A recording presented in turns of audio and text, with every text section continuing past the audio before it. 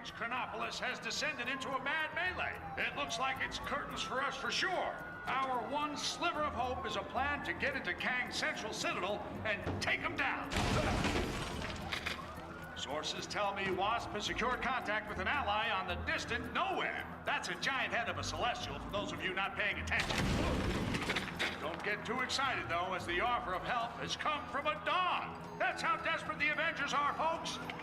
Cosmic canines aside, this spacehead could contain enough energy or tech or magic beans to put a dent in the defenses of that citadel.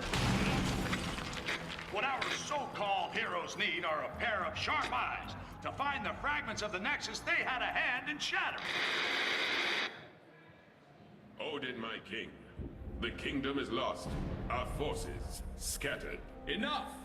This destruction was brought about by those fools, the Warriors 3, defying Kang. We had a deal. Odin, I still know not why thou made such a pact. Bruh! I mean, son. You're alive. Father, what is this madness? Thor! Is it really you? Oh, father! Heimdall! Heimdall! Loki, how? We banished you into the abyss. Kang plucked me from that demise. With his help, I sent Father on a fool's errand to find you after Manhattan was lost an age ago, leaving me to finally take my rightful place on the throne. Thor! It's coming down!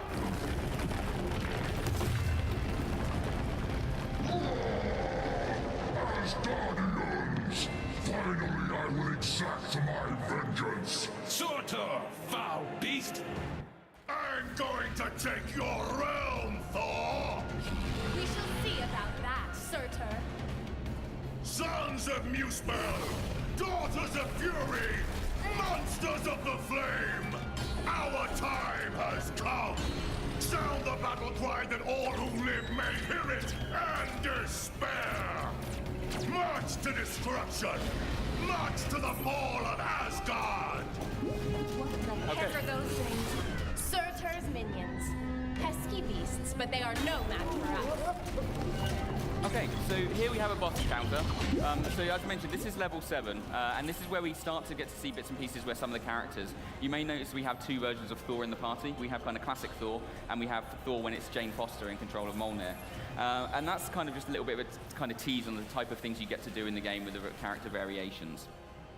So what I'm going to do is I'm going to play through this level, show you some of the characters, show you some of the mechanics. So what we have to do is, so Surtur, he's on fire, so we're going to try and figure out a way to put him out. We're basically going to throw lots of water bombs and things like that at him. So if I take someone like Captain America, you can see this Captain America shield switch. If I just throw a shield in,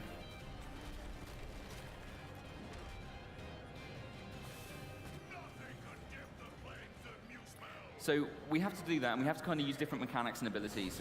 Captain America, he's made a return from the first leg of Marvel superheroes, and he's got some brand new abilities as well. So you can actually charge it up, and he'll surf around on his shield, which you can use to take out multiple enemies. And we also have the return of things like the team-up moves. So in combat, you may see a little bit later on, I'll be able to kind of merge the two characters together and use some different abilities. We wanted the combat to feel a bit different, to feel like it's something that you've not seen in a LEGO game before. So we actually have different enemy types as well. So certain enemies will have things like they might have sets of armor on, or you might come across a goon who's got like a flamethrower. So you have to think of a different way to be able to get around them. So you might take, for example, someone like Star-Lord and use a gravity mine. You throw the gravity mine, it lifts them off the floor, they might drop their shield, and it gives you a bit of a different chance to kind of take in the combat. So I've just switched to Thor Jane Foster, and I'll charge up. Now that it's charged up, I can actually use the ability to kind of charge up any electric points. So I'll charge up this barrel dispenser.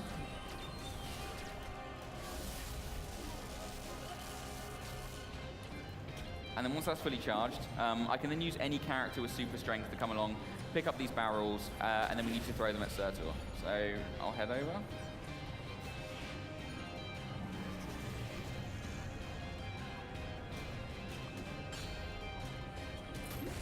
So we'll also notice, like, Surtur just above him, he's got a health bar as well. So this is also something new that we've added for LEGO games.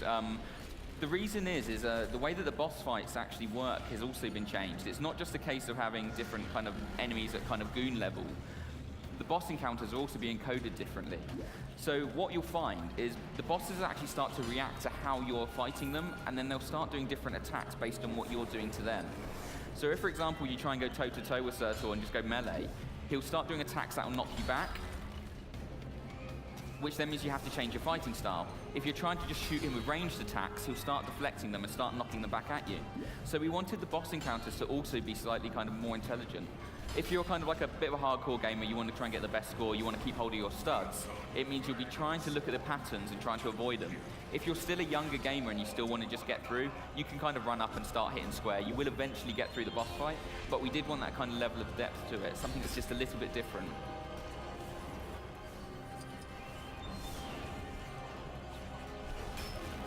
So I just need to take Surtur down a few more times.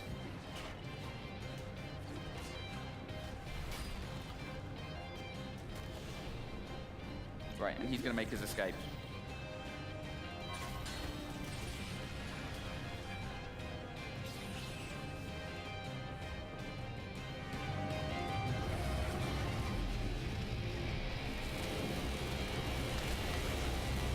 Okay, so Loki has his chest of winters, so we're using that to actually stop the attack that's coming through.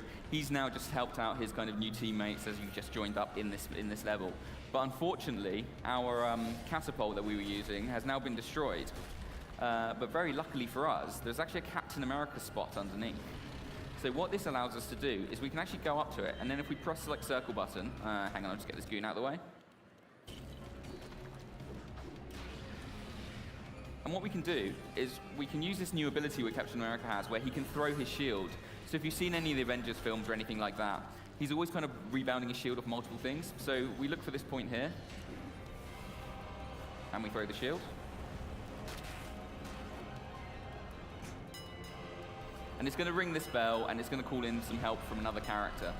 The character that's coming in, I think, is actually a very cool addition.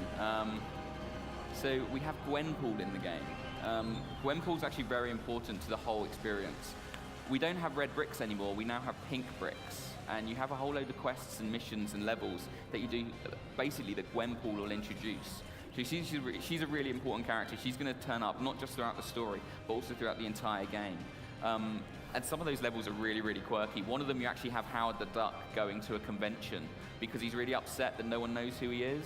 So he goes to a gaming convention, a little bit like EGX, and then tries to convince developers to make a game about him because he wants popularity, he wants to be famous. So we get to do some really quirky things, and we work really closely with LEGO and with Marvel on this title. And so being able to kind of do bits and pieces like that, it's really fun, and the team have a lot of fun kind of putting all these bits together.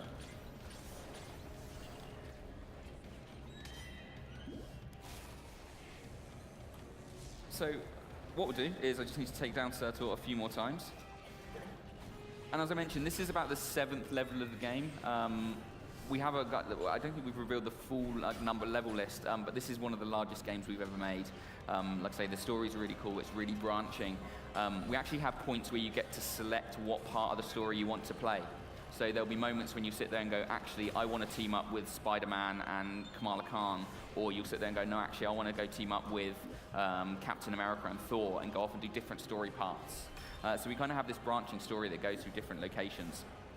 And then, of course, it all comes back together, and we have this big encounter with Kang. This is actually something we did tease at the very end of the very first LEGO Marvel Superheroes. So if anyone managed to get through the whole game and see the end credits spoiler, there was this actual moment when the Guardians of the Galaxy arrive on Earth. That's actually the very beginning of this game. This is where we kind of pick things up from. And we also worked with a Marvel writer. It's a guy named Kurt Busiek, and he's basically an authority on Kang. He knows he's done some of the best Kang storylines ever. And it's great that we actually get to do that because it means that we have a really kind of authentic Marvel experience, but kind of told through the LEGO way we show these stories, the LEGO lens of what these characters would be like.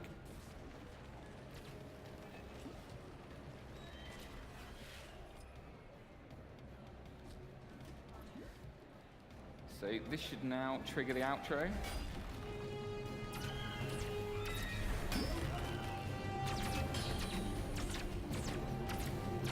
Fall, Surtur!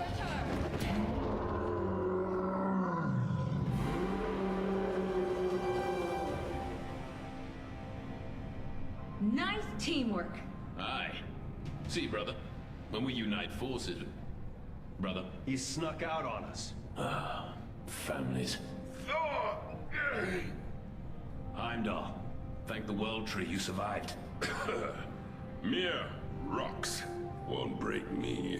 We have much to discuss, and we require your aid locating shards of the Nexus. Curious. Odin, I mean, Loki, was asking of the same. Then go with them. I will keep vigil here should Surtur return. You make a most worthy Thor. Let's regroup back in Manhattan. Finally! I've always wanted to visit Broadway.